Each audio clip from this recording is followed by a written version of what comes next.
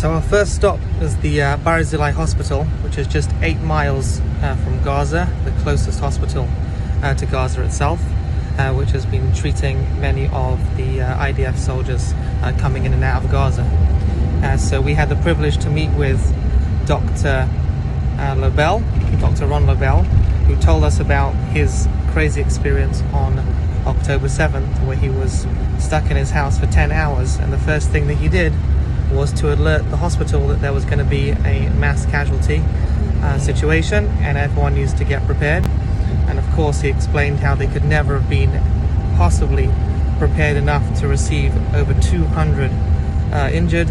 At 6:30 in the morning was crucial, and therefore we have a system that can recruit up to 400 people in 20 minutes. We didn't have to operate that system because when people hear a situation like this and rockets flying and ambulances coming to the hospital, they don't wait to go. Many of our workers live in Ashkelon.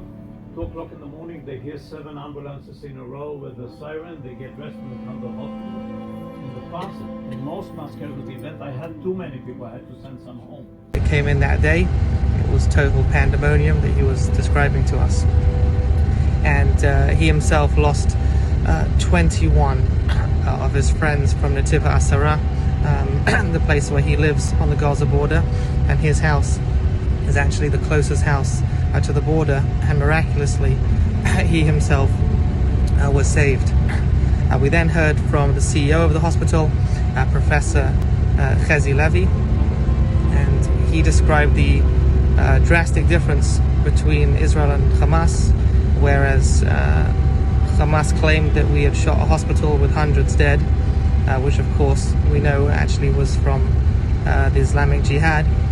And at the same time, that same day, Hamas had actually sent rockets, 2 of them which hit the Barzilai Hospital, and one of those caused significant damage to the children's unit, which miraculously had been actually evacuated, and Baruch Hashem, no one was hurt. And right now they're in the middle of building a new facility with 300 beds underground to avoid any future rocket attacks. Finally, when we were leaving, we were hearing about 7 soldiers who had just arrived wounded from Gaza. It was very hard to hear the details of that. And the hardest part for myself was I actually saw 2 wounded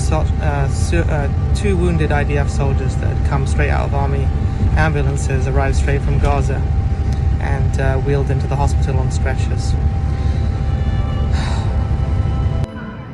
As we leave Barzilai Hospital in Ashkelon, just a little thought that we had here is that the hospital here has spent millions, maybe hundreds of millions of shekel to build an underground hospital in Barzilai to be able to continue to operate in a time of war.